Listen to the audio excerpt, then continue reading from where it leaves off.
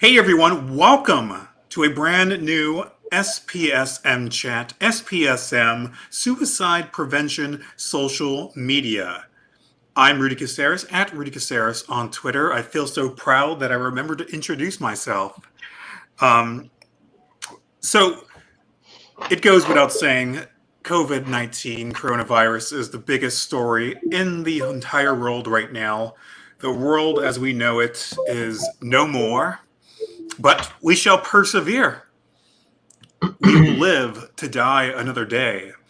And what better way to get through the dark times than to talk about suicide? That's my favorite subject, in case you don't know. We got some good stuff going on, but if you are on Twitter, Facebook, YouTube, looks like we're on Mixer now. Let us know that you're here. Let us know that you care. Make sure to use the hashtag SPSM if you're on Facebook or what's the other one? Twitter, of course. Duh. The live stream is pinned to the top of the Twitter page. If you go to twitter.com/SPSM Chat, that's your best way to get there.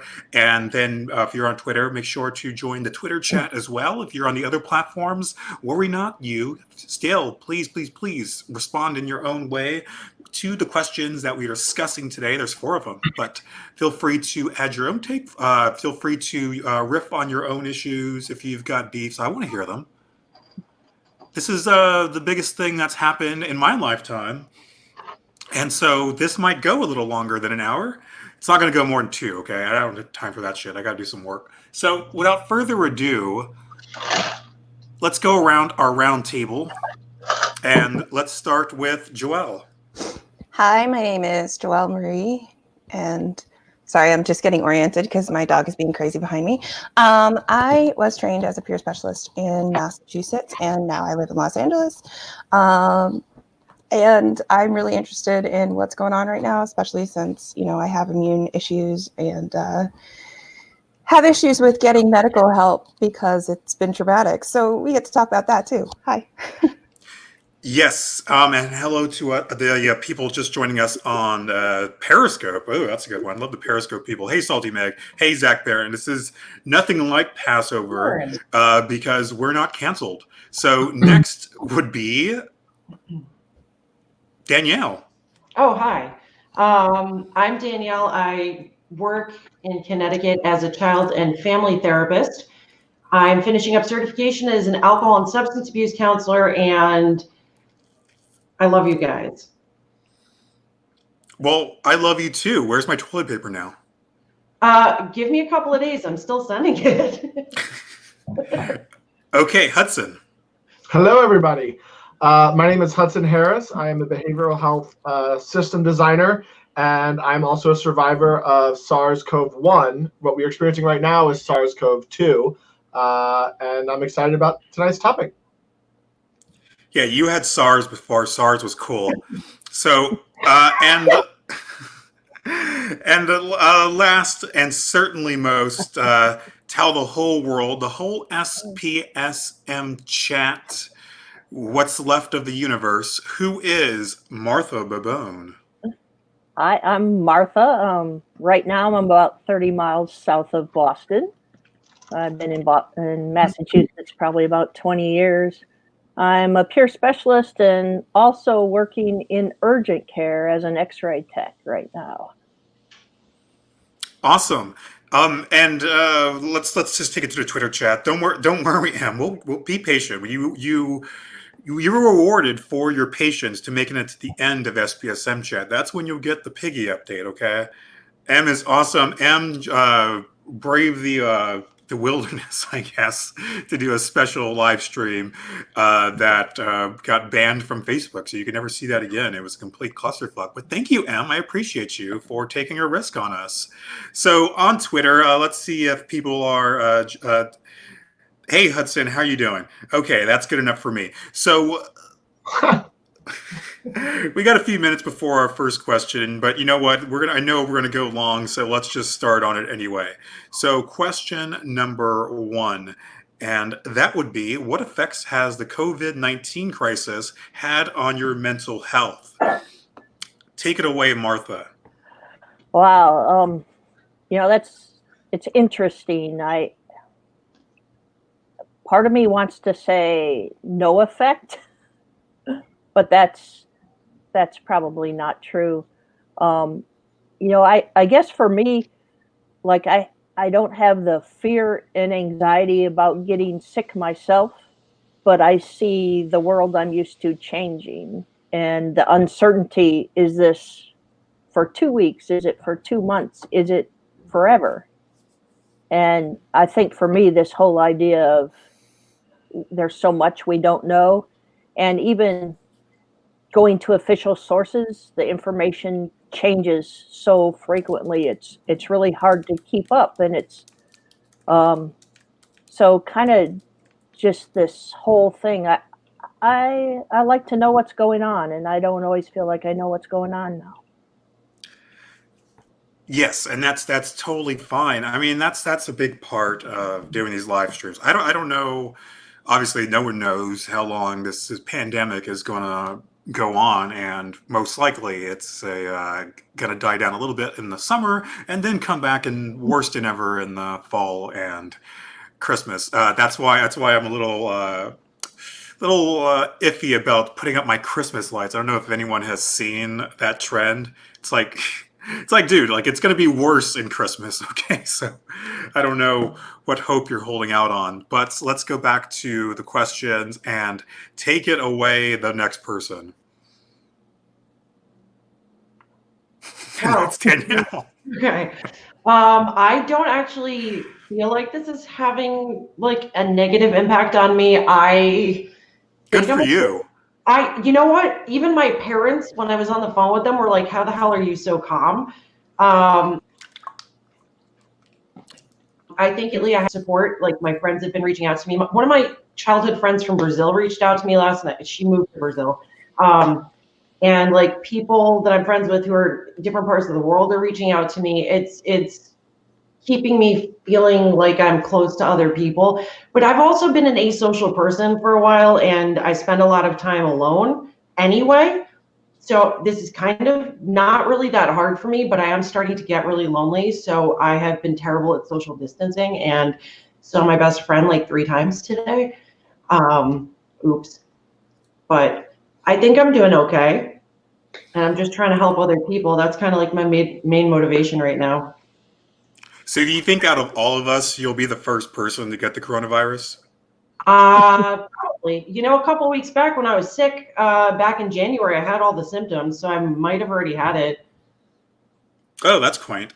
So, I mean, I don't know about anyone else. I know no one with coronavirus, so it's a little weird. I think that would help in a weird way, as fucked up as it sounds. That would probably help me, I guess, take it more not seriously, but really like, oh God, this is a real thing wreaking havoc on people I love.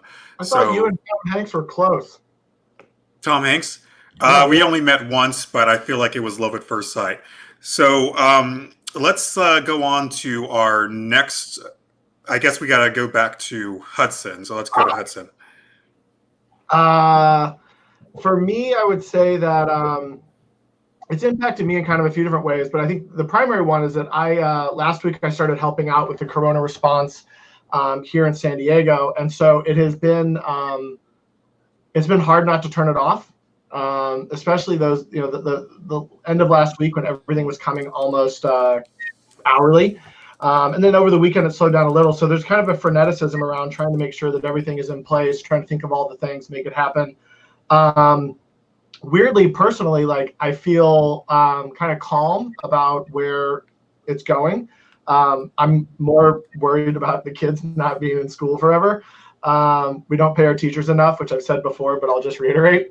But I haven't really had any. I kind of thought I'd be more worried after what happened in 2003. So I don't know. I guess I'm okay, and I'm focused on other stuff. So. And how about you, Joelle?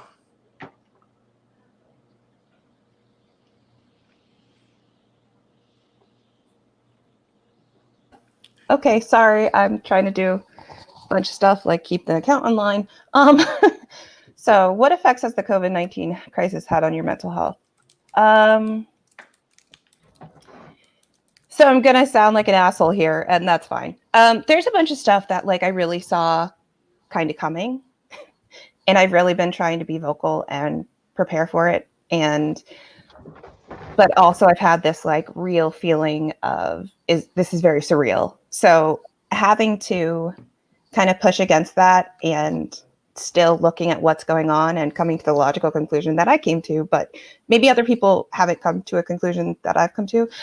So there's certain things that I wanted to do to prepare to like get information out, things like that. And I came up against a lot of people calling me crazy or paranoid or, you know, and that was really hard.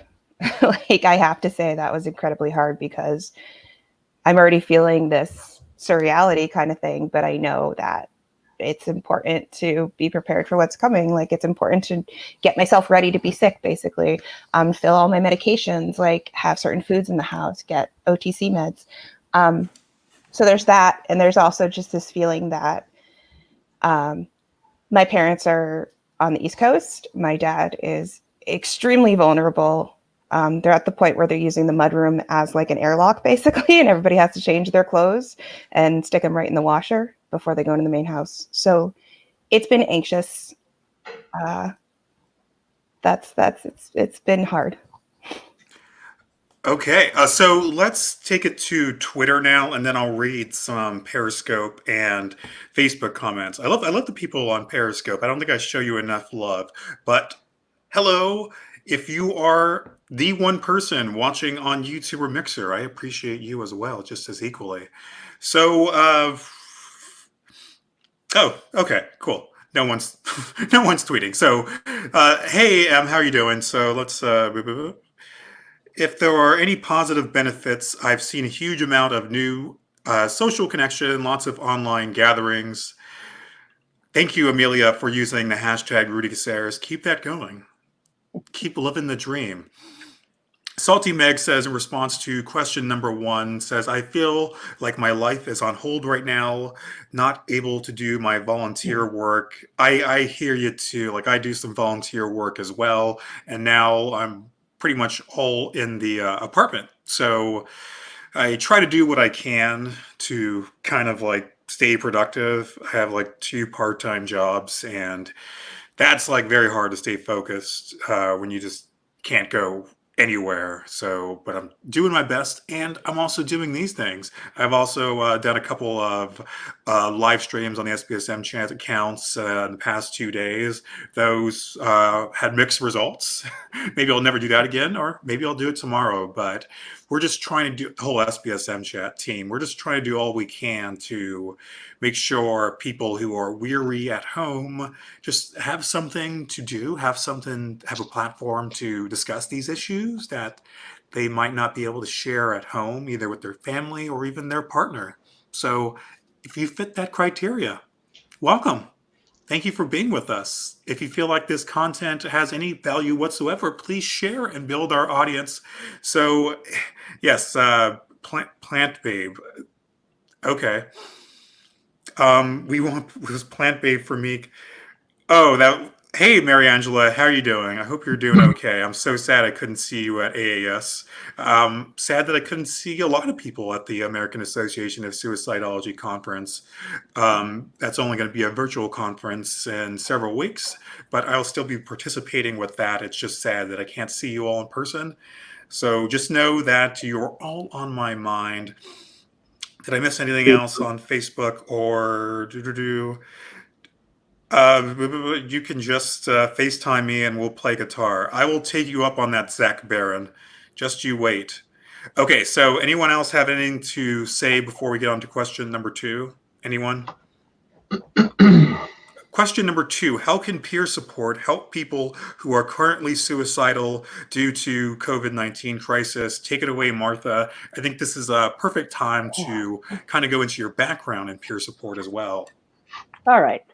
So, yeah, I got involved in peer support actually about 8 years ago, I guess. I was a latecomer to it, and that was sort of after being stuck in the system for about 20 years, thinking I would always be a professional patient.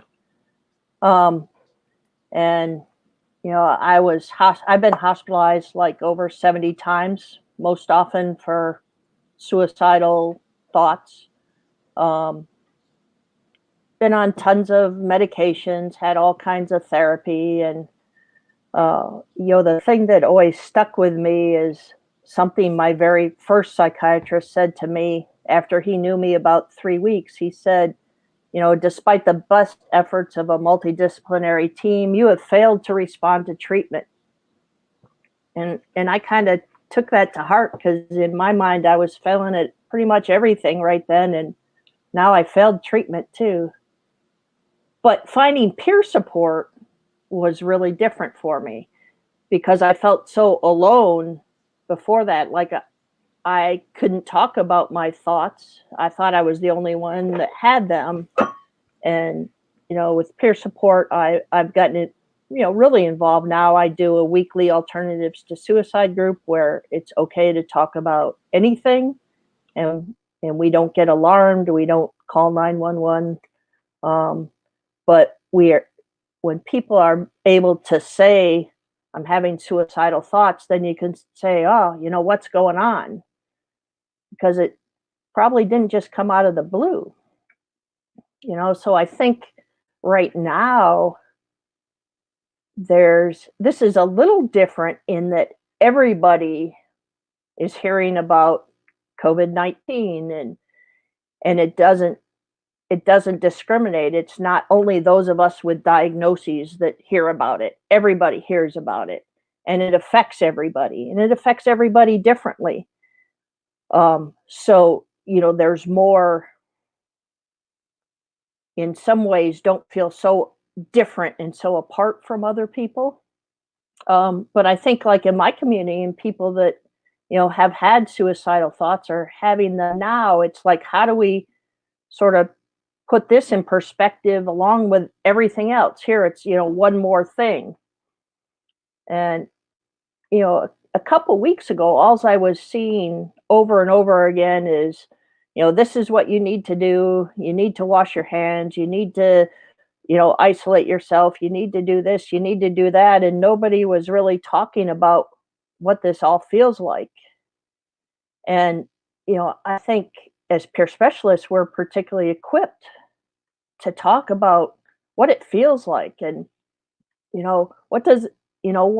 where does fear come from? Because fear's there to protect us, and so there's good fear that really does protect us from real danger. And I think in this case there is some real danger. Fear is what allows us to put up with you know the social isolation or social distancing.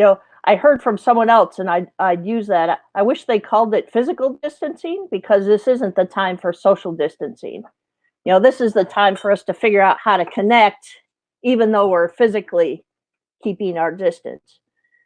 And I think in peer support, where it's not about so much what's wrong with you, it's like, what's going on for you, what kind of support do you need, and what kind of, this is what I can offer. If that helps, fine. If that doesn't help, let's brainstorm and figure out what else might help. And just like I know with suicidal thoughts, a lot of that comes out of being in situations where I didn't feel like I had control. And I don't feel like I have a lot of control around this virus that's just out there. But there's things I can do, and things I can do for myself and for my loved ones and for my community, through that connection. And, I think for me, that gives me, a lot of purpose. And, it's interesting. I said earlier, I work in urgent care. So it's kind of on the front lines. We probably don't get the people that are sick as, if they're going to the hospital. But we get a lot of questions, and it's been that way for weeks. And, it's become so evident to me, kind of as a larger society, our culture is real self-centered. How does it affect me? What do I need to do? And we haven't thought a lot about community. And I think our healthcare system is concentrated on that too. What are your symptoms? Here's the checklist. Nope, you can't come in, or yes, you can, or we can't test you, or yes, we can. And nobody ever stops to say, what's going on for you? How's that feeling? I've never heard any of my colleagues. I have great colleagues in urgent care, but I've never heard them address anyone's anxiety or fear. And, I actually have sent them all things and say, when we're talking to someone on the phone and we're going through a checklist and say, sorry, we can't test you, that doesn't have to be the entire conversation. We can say, what else is going on for you? How are you feeling? How are you dealing with this? And these are the things I can offer that will support you. These are the recommendations for what you can do and things to watch out for, so that when you need to call again, or call your doctor. So I think at peer support, we're like set up for this. We've had trauma in our lives. We've had other things. We're used to kind of living with this on the edge of uncertainty. And this is kind of an uncertainty that we know about, if that makes any sense. So, there's at least, even though there's a lot of uncertainty about it, I know what I can do, and I know what I don't know. So for me, that's a little comforting. Let me before I go on to Hudson, sorry, let's go back to Martha, because I wanted to ask you at this. This seems like a good point. What have been your observations in the peer support workforce? Because there's a lot of fears and realities of people getting unemployed, mass layoffs. What has been the environment for the peer support workforce as far as employment? I don't have a good handle on it nationally. Like here in Massachusetts, I think until this past week, a lot of it was still business as usual. People were still meeting face to face.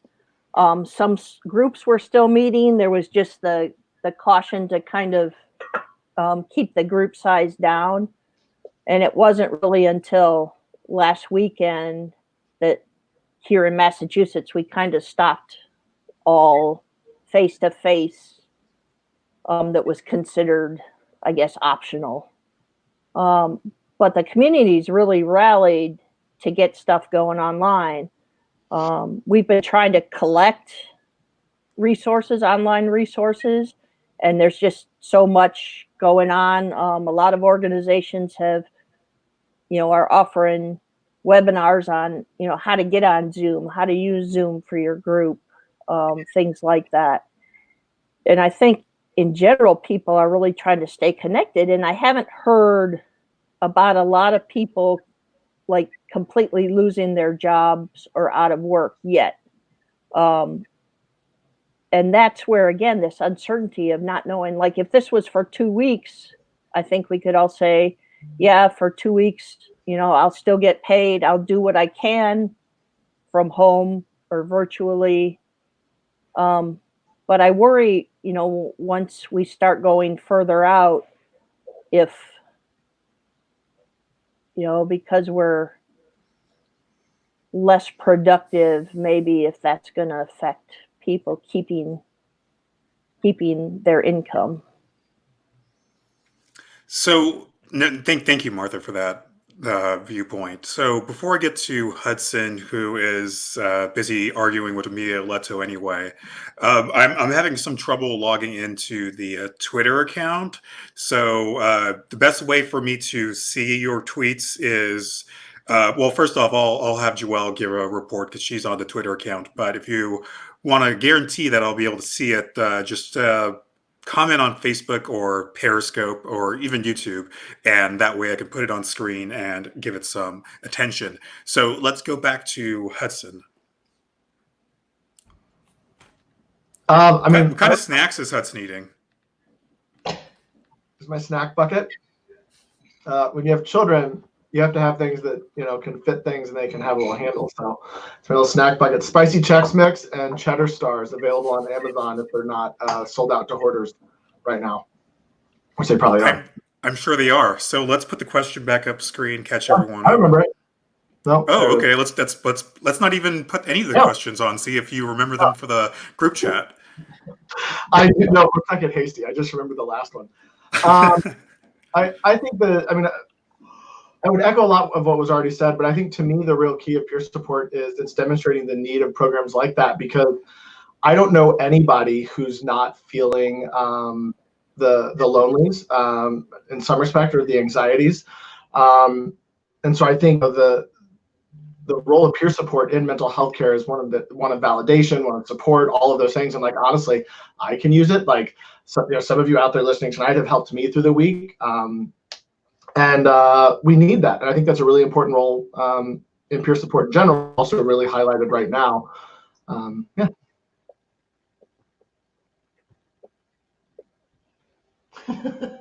End of report. Fade to black. I think he is trying to get back on. So Danielle, I mean, answer the question. Like I had to get a phone call to get the code, and then I got the code wrong. So that's awesome. So no, don't mind me. I actually expected Hudson to talk a lot longer as usual. So let's get on to Danielle. Well, I think that peer support is very important right now. I was just talking about this earlier with my friend about how it's been really helpful to me to, this is the time where like I'm reconnecting with people I haven't spoken to in years because they're concerned how I'm doing. So it's really been helping me deal with my lonelies. And it's also an interesting thing because, you know, when I was going through my master's program, I was never taught how to deal with the pandemic as a therapist. I was not trained on this at all. So like it's an interesting balance for me personally to provide the support for the issues that we've already been working on in session, on top of trying to help these families and kids that I work with adjust to what's going on right now. And I don't really have an outlet, and that's why I appreciate the peer support that I'm getting. But I really don't have much to say beyond that because I feel like she already hit everything that I would have said. So, are you cold, Danielle? I'm freezing. I turned the heat up too, and I don't know. It's Connecticut. It's cold. Well, it's probably cold up in Massachusetts right now too, right? Yeah, it is. Yeah, I mean, it's even raining over here. 72 degrees outside. Now it's like 40. So 28. I don't know. I'm gonna see what it is. We're probably around there too. Okay, well, while Danielle's getting the weather report, let's go to Joelle. We'll come back to you, Danielle. Snowing tomorrow. Awesome. Joelle. Can you pop the question back up? You already popped the question. You're married. Yep. How can peer support help people who are currently suicidal due to COVID-19 crisis? So, you know, one of the things that I've been noticing with my fellow advocates, I guess, people with lived experience, is that there's a lot of talk of like this feeling that we get when we know that there's something going on, but other people haven't picked up on it. And that a lot of people like saw things that might be going on and got a lot of pushback. And so like kind of celebrating this idea that, oh, we're just paranoid. No, like we acknowledge our feelings a lot. And so I think in a way that's protective. So that said, I think peer support why did you take the question down? I need it again. So I want to make sure I'm addressing it. Can help people who are currently suicidal or in suicidal crisis, how it always does. You know, we can talk to people about how they're actually feeling. And for me, getting involved in peer support was huge because I could talk about that. I could talk about having chronic suicidal thoughts, which is not something that I knew was a thing people talked about. I definitely felt them, but I felt it was like this bizarre experience that a lot of people don't have. And so even in other in other venues where I was hanging out with people with lived experience, I didn't really even talk about that because I don't know. So I think, just acknowledging the feelings that we have, that they are reasonable feelings in response to a really fucked up situation. And giving people space to talk about it, giving people space to talk about however they feel. And that doesn't mean that feeling is permanent. That doesn't mean if you have a feeling, you necessarily have to do A, B, or C. Giving people options to talk about how they genuinely feel and opening up connections and valuing that. Was there anything you noticed on Twitter that you wanted to share? I was trying, but then you had me talk. So if you can give me one moment. Sure. Before we give you, I'll give you some time. But So Amelia, who is going for MVP of the night, how did Danielle and Hudson help you this week? I want to know about that, unless it's something super private. Well, she made fun of me putting ice cream in the microwave because that happened. I thought I was warming up a cup of coffee, but I put a pint of ice cream in the microwave. So long. That's totally fine. We all love you too, Hudson. Put it over pasta, Danielle. What? Ice cream soup. Okay. Yeah, that's what I was going for. So what do you got for us, Joelle Marie? Okay, sorry. Where'd it go? So answer to two. Stephanie Maxfield at Steph_Maxfield said, just having someone to talk to during this time can be so helpful and a good example of peer support. No one needs to be lonely. And she's from that social work class.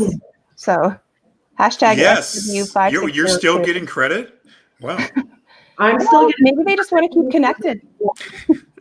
It all counts. Yeah. Anything else, Joelle?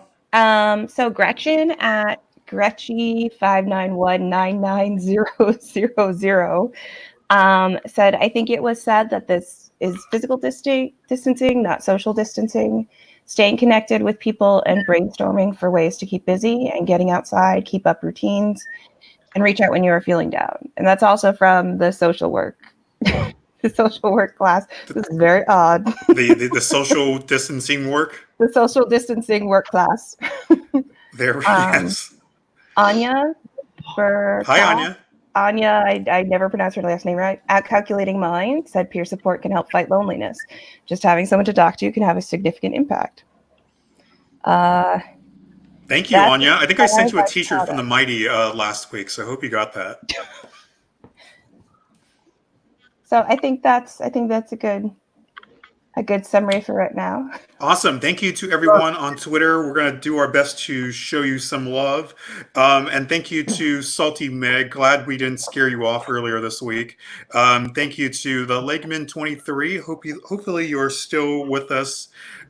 Feel free to keep commenting on anything we're saying.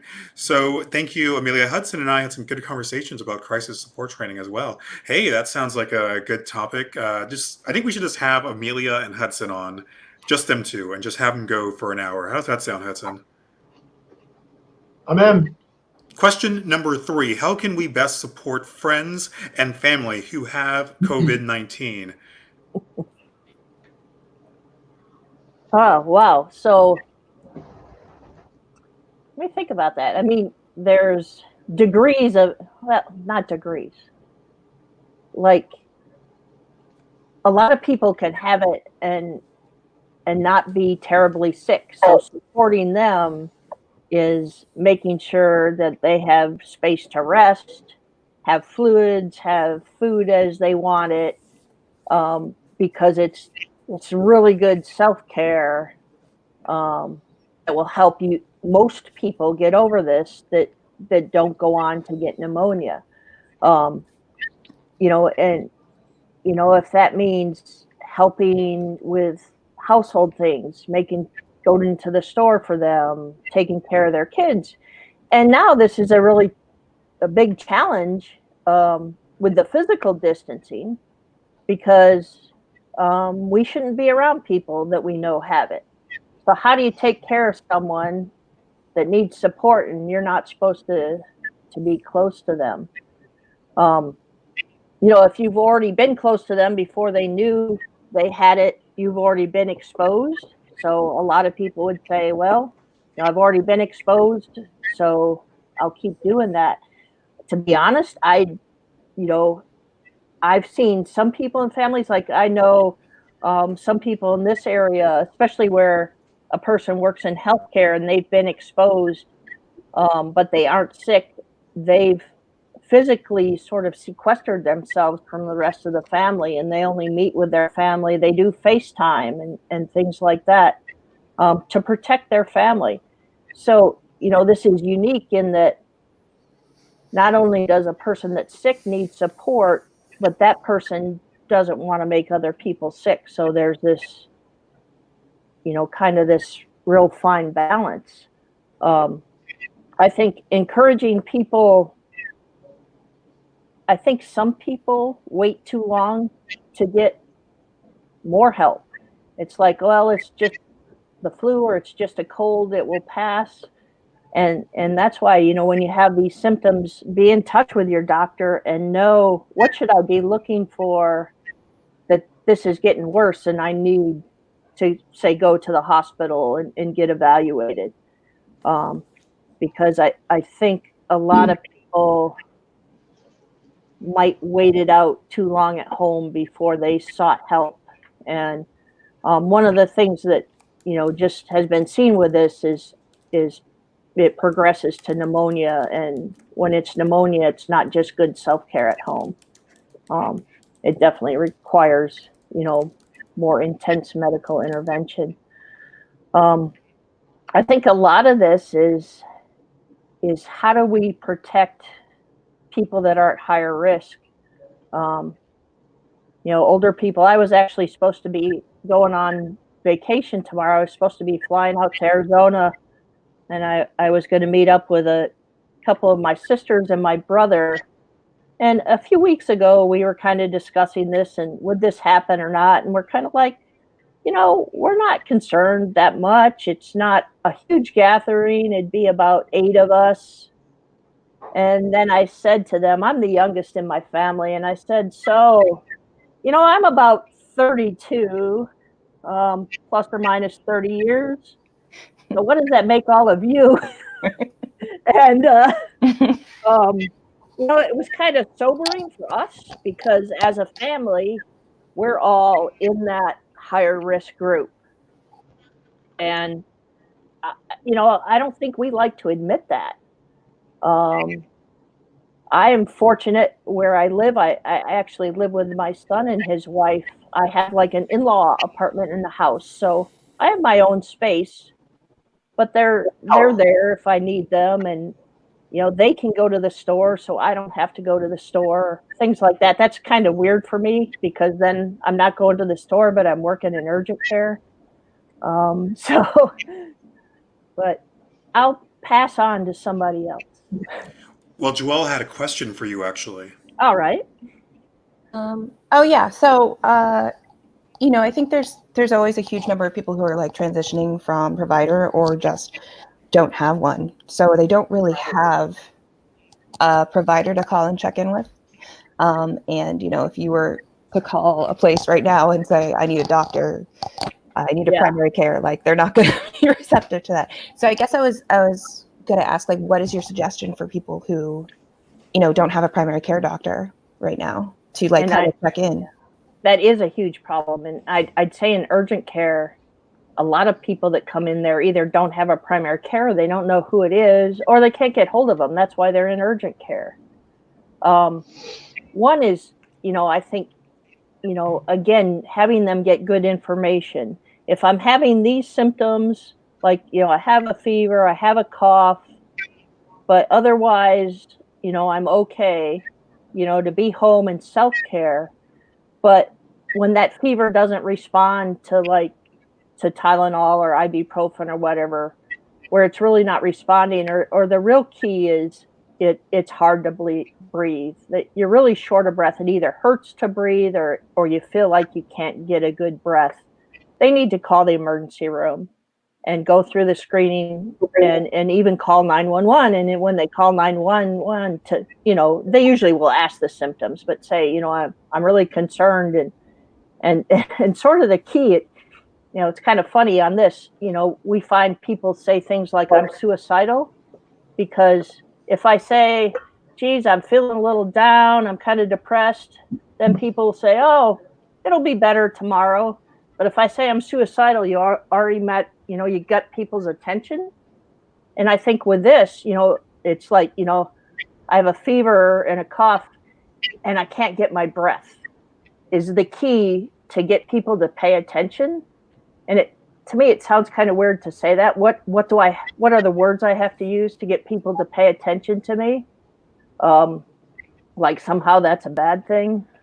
But with this, from what I've seen, and I wanted to say this at the beginning, I probably should have. Like, I'm by no means an expert on COVID-19.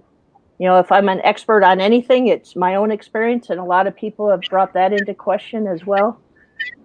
But this is what I'm seeing, and these are the questions people are asking me every day, and I do my best to give them information, that will help them. And, I tell them too, if you need to call back, or do you have someone else you can check in with? If it's, I think at this point, we're kind of lucky here in the Boston. I'm in the Boston area. There's plenty of hospitals. There isn't a lot of primary care even here. There's a lot of specialists, but at least there's a lot of hospitals where people can go. There's also a line. It's if you go on the CDC, they do a pretty good job of updating, and there's even call lines where you can get a call back where usually it's a nurse or someone with medical training that will talk to you. And don't worry, Martha, if I've learned anything these past couple of weeks is that no one is an expert on COVID-19. No. So you all good to go, Hudson? And thank you for your comments, Kevix Mark, on Facebook. So my whole thing about how we're supporting people through this is I think the check-ins, the support, the stuff that Amelia said. The other thing that I have found really seems to help is that it's hard to laugh during these times. We're all stuck together. So, doing the Netflix watch parties, calling your friends with nonsensical things like Mr. Rubber Chicken. Things you can do to just make people laugh. I think it's really important to be silly and try and connect with that because it helps us kind of feel grounded and helps us get out some of the stats. That in addition to the other stuff. Are you having Netflix watch parties without me, Hudson? No. Next week we can. Please. Danielle, do you want to have a Netflix watch party? Sure. I'm watching Cool. to no Netflix recently, but that's fine. I'm doing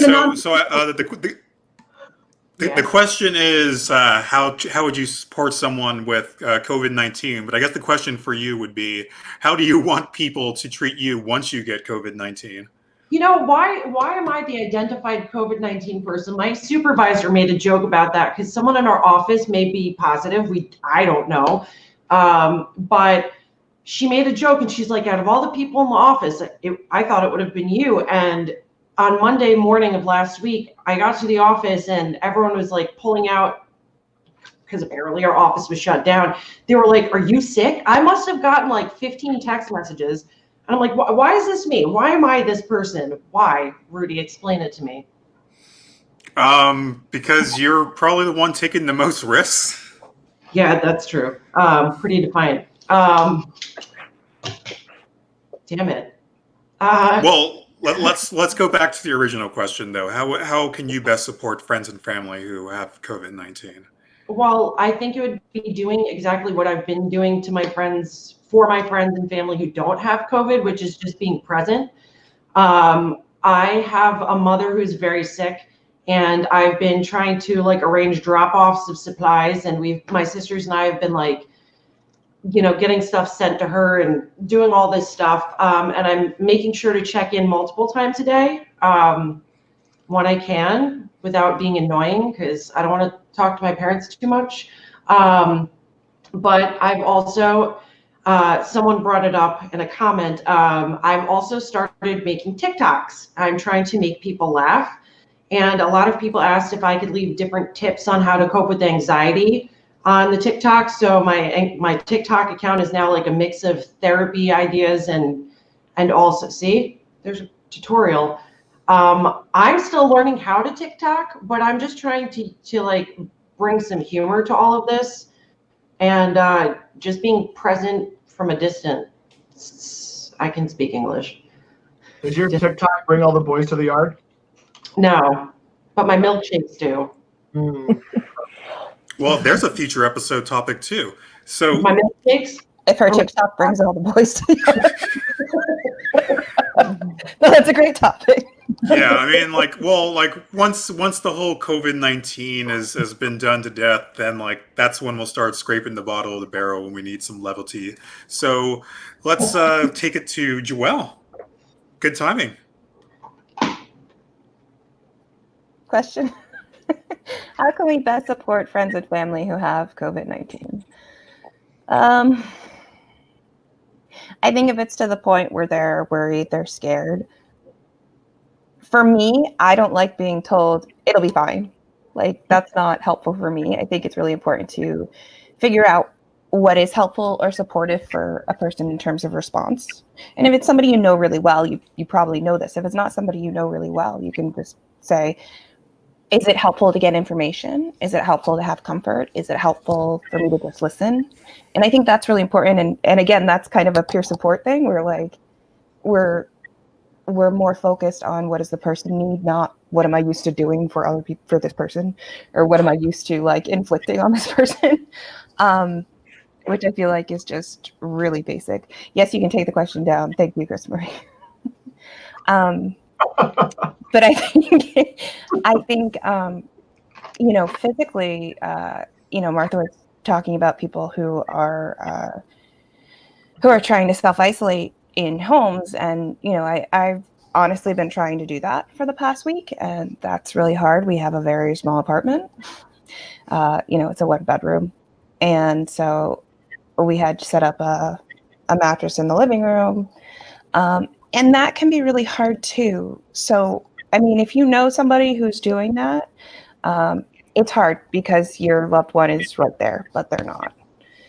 So, and again, just, connecting, checking up on people, how you doing, sending even stupid things like memes, gives people a way to open up topics where they might otherwise not want to bother you.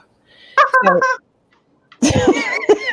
so even small connections, little emojis, things like that, give people the high sign that there is an opening for them to talk. Now, do you think sending piggy gifs is also helpful? I think it depends on how the piggy gif is edited. Yes. Speaking of unhelpful, Amelia brings up a great point. Saying someone is the one in the office to get COVID-19 seems offensive and unhelpful. Right. Don't do that. So annoyed. I can't lie. But I was also of course I'm good. Kind of alongside with that because I was like, it would have been me. I walk into walls and stuff, it wouldn't surprise me. But no, I'm healthier than I was before.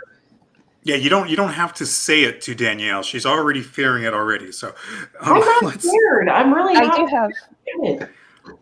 Okay, Joelle, go on. Sorry, I just have one more thing that I forgot to say. So, another really important thing is we don't always know what's going on with people health-wise. We don't know the things they do not tell us, which is a lot of things for a lot of people. And so I think we need to be aware when people say that they are scared or that they need to take certain precautions. Telling people that they're being overly cautious or quote unquote crazy or just blowing things out of proportion is not appropriate. And beyond not appropriate, it's not compassionate. and it's actually just really shitty. So don't do that. Because you don't know what their world looks like. You don't know what the inside of their body looks like. You don't know what they deal with every day unless they explicitly tell you everything and tell you they are telling you everything. And even then, like, people don't give you the play-by-play. So if somebody's saying they need to protect themselves, they need to social distance, they need you to not shake their hand, they need you to not come to the apartment, just respect that. Respect people's boundaries. It could be a matter of life or death, honestly. Yeah, I suspect that there's a lot more people who are having symptoms of coronavirus who just don't want to say anything on social media or whatever. It just because they don't want to be ridiculed, treated like lepers, and all that stuff. So that's I wouldn't be surprised if there's a lot more people who on social media, friends, family, who are they're hacking up a lung when no one's looking. They're feeling feverish, but don't want to tell anyone because they're afraid And of how people are going to treat them. isn't that the irony? Because people are scared to come forward and speak about having COVID, and now they're starting to understand what they're doing to people with mental health issues, because it's the same thing. People put us in a position, like, look, I don't care. I tell everybody I have PTSD. There was a period of time where I was in denial about my own issues, but like, listen, if I had COVID and I had tips that I, was using to deal with it, I would speak up whether it made people uncomfortable or not. But it's interesting how I see more people personally coming forward to talk about mental illness, and more people are like trying to shy away from what's going on right now. So like, it's just funny how the stigma, like, now they can feel what they're doing to us. You know what I mean? I don't know if I just made a good point here, but that's all I got. Hi. Don't sell yourself short, Danielle. You're making lots of great points. No, that's a great point, Danielle. Thank you. Question number 4, and like I said at the beginning, we are going to go into overtime. It is obvious now, with it being 6:54 Pacific time. So hang in there with us. If you're on the Twitter chat, still feel free to leave tweets as well. I'll have Joelle give a report again before we end, just so to make sure that we appreciate you all.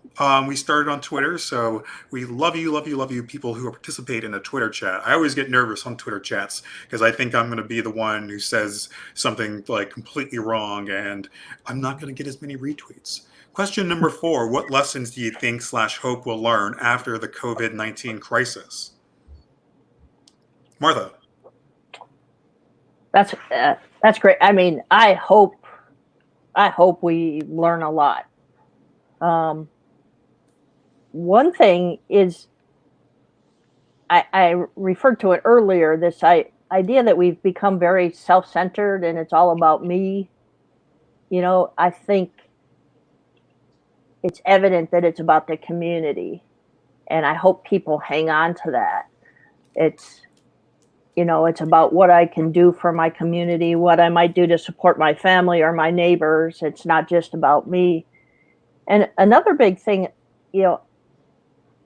I think our culture is, it's no big deal.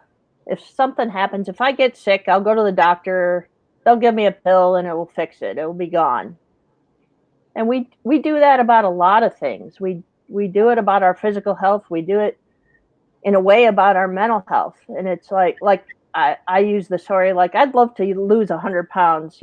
Doc, give me a pill or I can lose 100 pounds and I can eat whatever I want and not exercise. Wouldn't that be great? I think this is evidence. You're not going to go to the doctor and get a pill that's going to make this go away.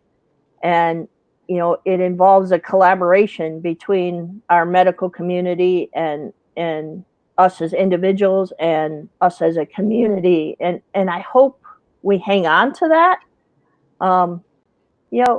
We've been telling people to wash their hands forever. And someone I was talking to today was like, if in a restaurant you go in the restroom and it says employees must wash their hands, everybody must wash their hands. It's not just employees. So, even if people took away from this that I have to wash my hands, that would be a big deal. And just the idea that this can affect everyone.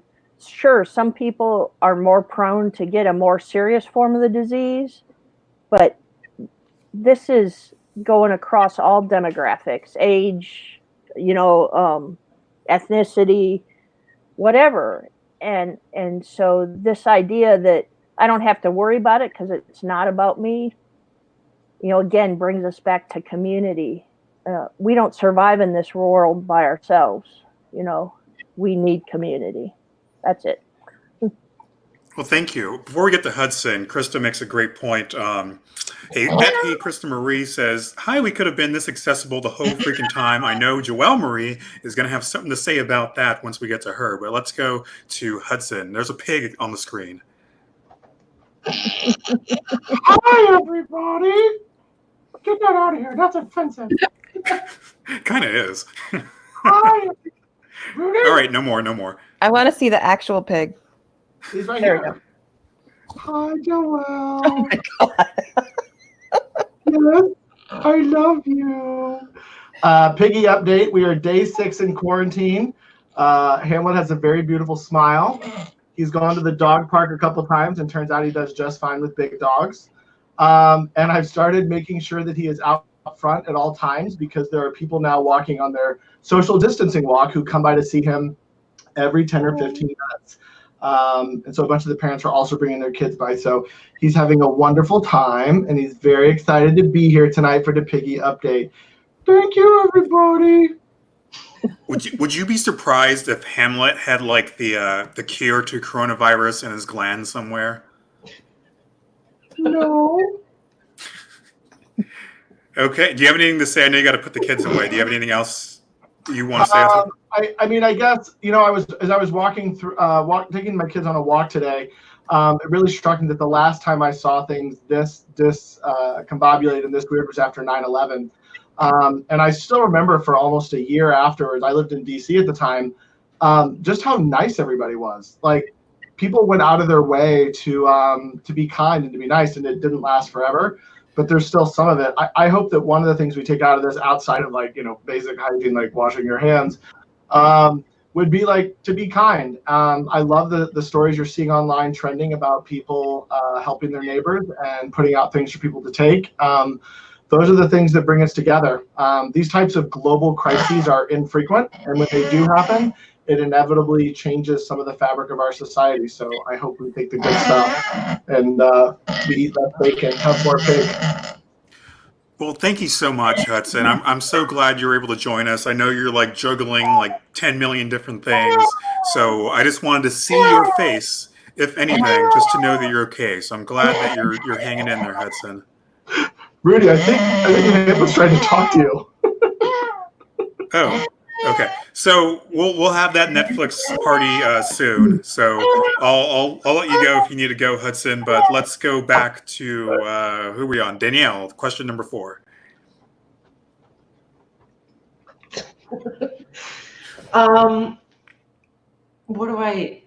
Okay, I am going to just bounce off what was already said. It's just that I hope that for as long as we can, we continue to stay kind to one another. We learn to check in on one another. And I think that this is a good time for us to do some, self-work too, because we're all going to be spending a lot of time with ourselves. So being kinder to ourselves too. Like, I know just today I was on Facebook and I saw the cutest thing in the world.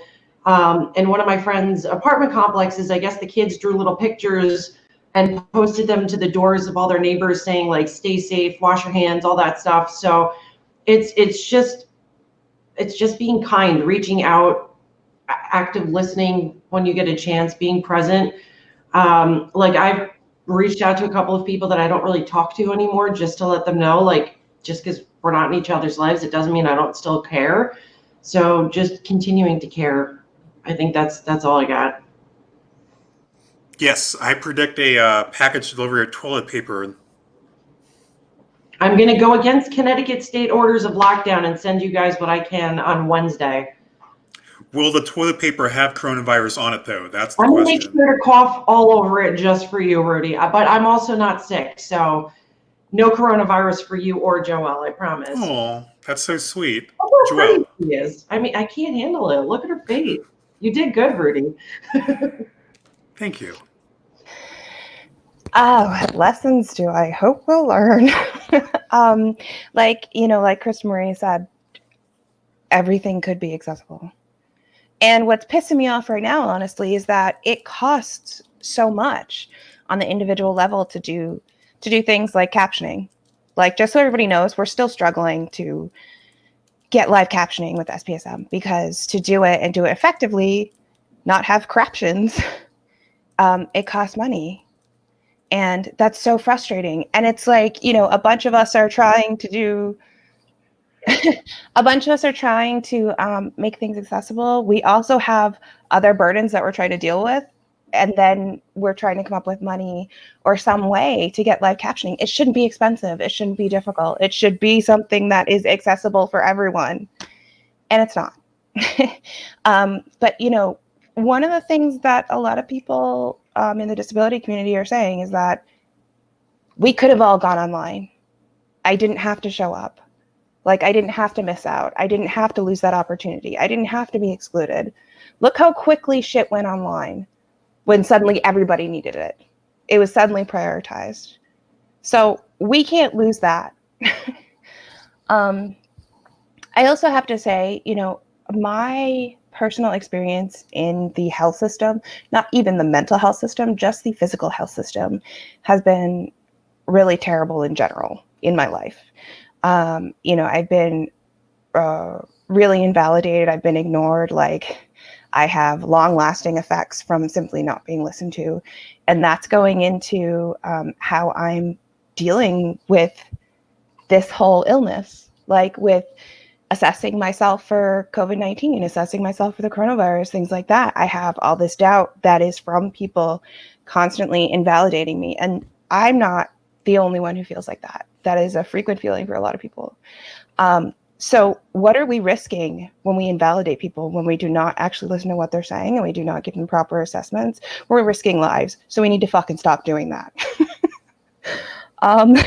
Also, I think, you know, I hope we continue with connection and community, like Martha said, and really value interdependence and mutual aid, which a lot of people reject.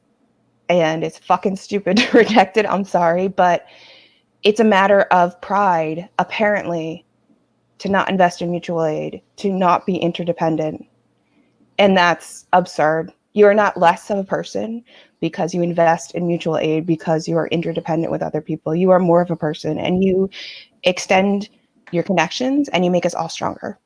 So that's my thing. Was there anything else of note that you noticed on Twitter?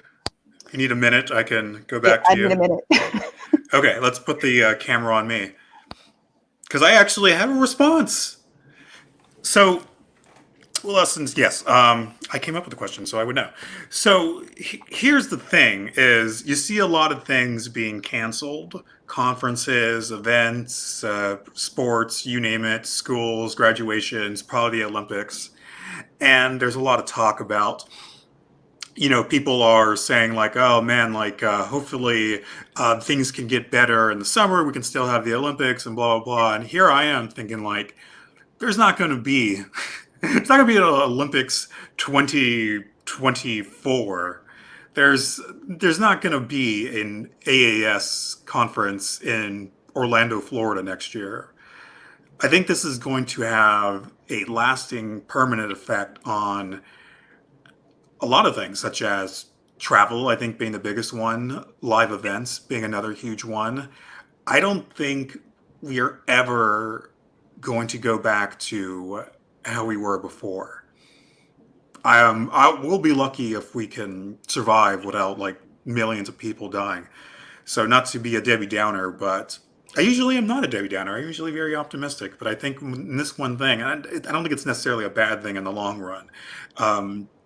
I feel like we've been heading this way for quite some time. And if you didn't think that this would happen, as far as everyone moving to online, like everything being able to be delivered to your home, less and people traveling because more people can do like virtual conferences, virtual meetings and all that stuff, Zoom and everything. No one's talking about Skype. I feel so sorry for Skype. They're probably in a corner saying, am I a joke to you?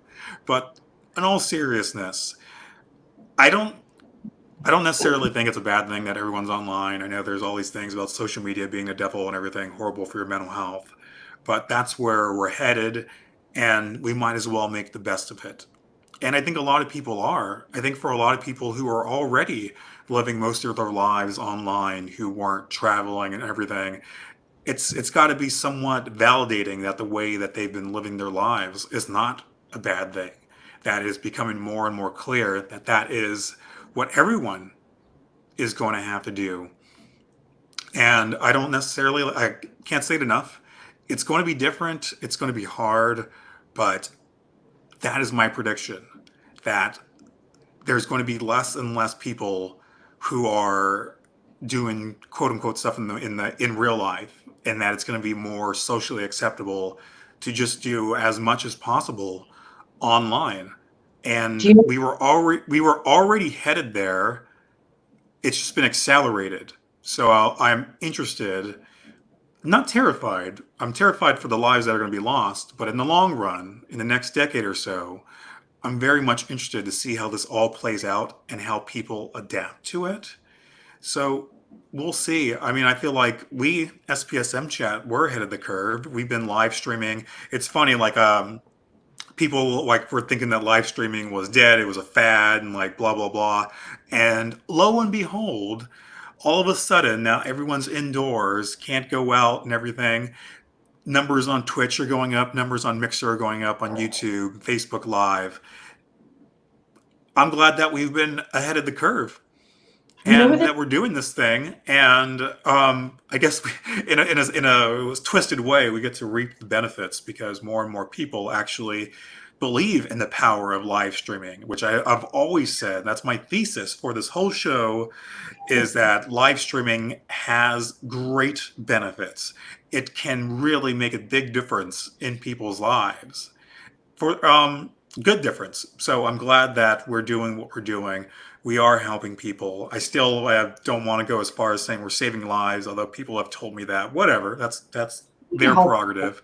But I'm glad that we are doing what we're doing. It does make a difference. I'm glad that we can joke and add some levity, because I love it when people like thank us for that. And like I was always worried that when I first started this, is that like, oh, like are people gonna take our sense of humor the wrong way and all that kind of stuff. But people love it. Certainly Danielle does, so that's I good. do, but I'm sorry that I'm like now wrapped in the blanket, but I do have to say it is going to be difficult for some of us, namely the people like myself who work with children who have had a very strong dependency on technology, and we've been working to make progress in cutting down screen time. So now that we're doing everything like virtually, it's going to be interesting to navigate how we can go forward with this, because the things that were unhealthy are now things that are normal for all of us going forward. Um, you know, Stuff like video game addiction is very real with some of the kids that I have worked with. Not currently an issue, but we put a lot of things in place with these families to help them cut down this stuff. And now we're sitting here telling them, you have to go to school online, you have to talk to your friends online. So it's going to be very interesting for the therapists to work with people like this moving forward. And I do think that I just want to give a quick shout out to any other people who work in this field of mental health, from social workers, clinical psychologists, whoever might be watching in that domain, because I think that we have a lot that is going to rest on our shoulders moving forward, because we're taking on a lot of people's anxieties. We're carrying a lot right now without knowing how to cope with it ourselves. So we have a lot of the same fears and anxieties that other people do. And while we're working hard overtime, a lot of us, to support other people, we don't really have the same support for ourselves. And that's why I'm grateful for my friends like Melissa, who's also a social worker, and I get to have some form of support through other therapist friends. But I know that there's a lot of us therapists out there that don't, which is why this topic tonight of peer support is so important to me, because we all have to depend on each other right now. It's just super important. And I love you all, and thanks for having me on tonight. That's my final thought. Well, I love you too, Danielle. And I mean, to be clear, we are not set up properly for this majority online world that we're been rapidly accelerated into. So, you see it with Netflix lowering their video quality in Europe. You see it with Xbox Live and Discord going down regularly, and which sound like first world problems, but it goes to show that there's problems within the infrastructure that need to be improved in order for us to all fully thrive online. There still is a lot more accessibility that needs to be done.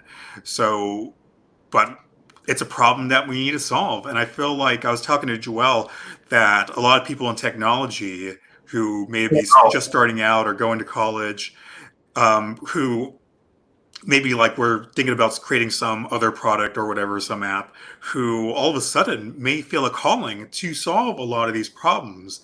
I feel like a carless future is much quicker approaching than a lot of people were expecting, where like the only people on the road are like delivery drivers, and even then that's going to be driverless cars probably in the next decade. So we still got a lot of work to do, but we have no other choice. So that's one of my other predictions, is that a lot of these things, the problems that we have right now, will be solved much quicker. And I hope so. And I hope accessibility is always at the forefront. So before we head out, let's just yes, Salty Meg, we did get to question 4, but you can go back at any time. So hopefully you can do that and let us know what you think. And thank you for your comments, Amelia, as well. I appreciate you. You're always making great points. With all your jokes and everything, you also are very, very observant and really have a lot of good insight. I had an eye doctor share recently his concern with the impact of excessive screen time on our eyeballs, among other concerns. Also, moving online does neglect those who don't have access to the ability to learn in such a format. Yeah, that goes to my point, is that like there's still a lot that needs to be worked on as far as accessibility and access and cost. So, but we have to solve those problems. So, if anything, these problems that already existed will hopefully, and I do believe that, will get solved a lot sooner. Of course, new problems will come up inevitably.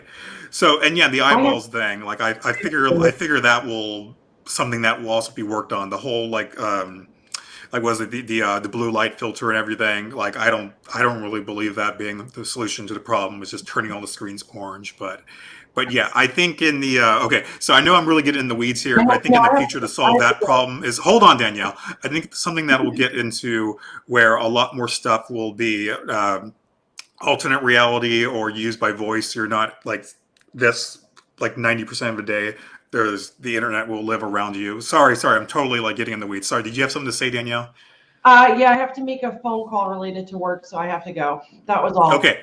Thank you, Danielle. I look forward to getting your toilet paper. I love you so much. I appreciate you. Sorry for getting short with you. No, you're fine. I was just waving goodbye. Okay. Have a good night, Martha. It was nice to talk to you. Thank you for all of your insight. Yes, they are dropping like flies. So before we get to you, Martha, with your final thoughts, do you have any final thoughts, Joelle? Yeah, I did, and now I don't know what I was gonna say. I don't remember what I was gonna say exactly. I guess just if you are having breathing issues, if you feel crappy, whatever, if you are just feeling not like yourself, and if you can, look at how you're feeling beyond the anxiety, beyond, a lot of the fears and worries that we all have, and you feel like something's wrong, call a doctor, call urgent care, call your public health department. Actually, a lot of public health departments have been pretty helpful. I know California's was actually incredibly helpful for me. Just don't put it aside, because it can mean a lot more than feeling embarrassed for thinking something's wrong at this point. And it's not just you, it's all of us. So. Yes, and thank you, Joelle, for keeping me company these past few weeks. Well, thank you for keeping me company the past couple of years, but I know we've been bunched up in our little apartment for quite a while, and it'll probably be like that for the foreseeable future. So I'm glad that we've made it this far. We haven't like strangled each other just yet. So I just want to thank you just personally for rolling with the punches and making sure she made me lunch/dinner today, so I appreciate that. Thank you, Joelle. So let's get to Martha. Final thoughts. We've finally come to you.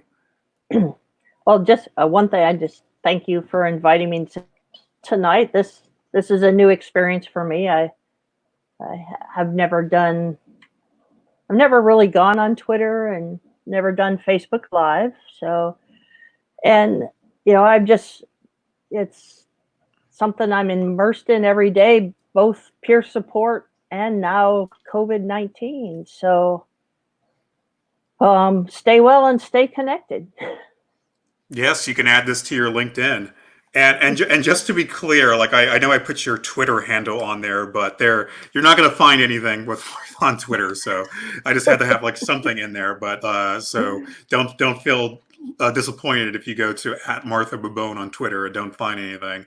But are there any other services, resources, links, organizations that you want to give a shout out, Martha, that might be helpful to people?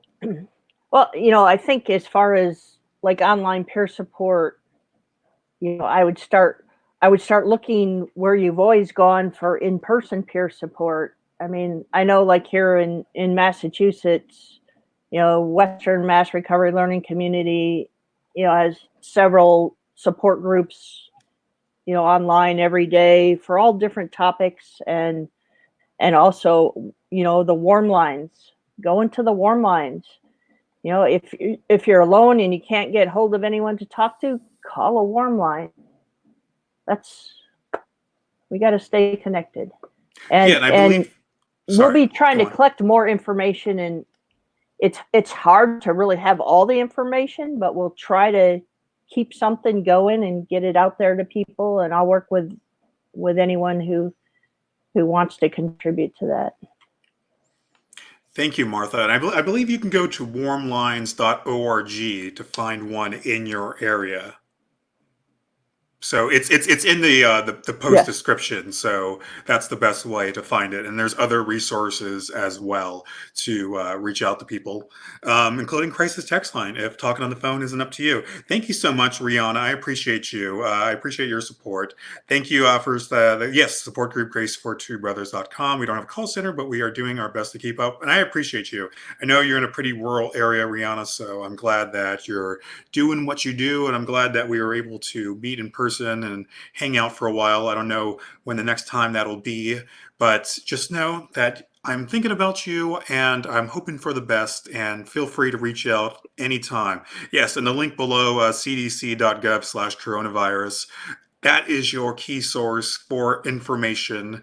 Don't ask me for information. If no one messaged me @Rudy Caseres asking for info on coronavirus or whatever, go to that link, cdc.gov/coronavirus, and that's your education. I don't know anything more than what's on that website. People on that website don't know everything, so have fun with that. That's going to do it for this week. Next week, we're going to still be talking about this because I guarantee you that's still going to be the biggest issue in the world. It'll probably get worse. Sorry, but we'll be here for you. And I'm glad that we get to do this. Trust me, if SPSM wasn't a thing, I would have a lot harder time coping. I appreciate all of my SPSM co-hosts. I appreciate having guests on to share their own stories and make connections. I appreciate all of you on leaving comments on Facebook, facebook.com/SPSM Chat, on twitter.com/SPSM Chat. I know I wasn't able to give you as much love, but I'll definitely go back to, once I get access into my account again, to like and retweet all of you and leave some comments. youtube.com/SPSM Chat, mixer.com/SPSM Chat. Until next Sunday, 6 p.m. Pacific Daylight Time, 9 p.m. Eastern Daylight Time. Hold your pickies close.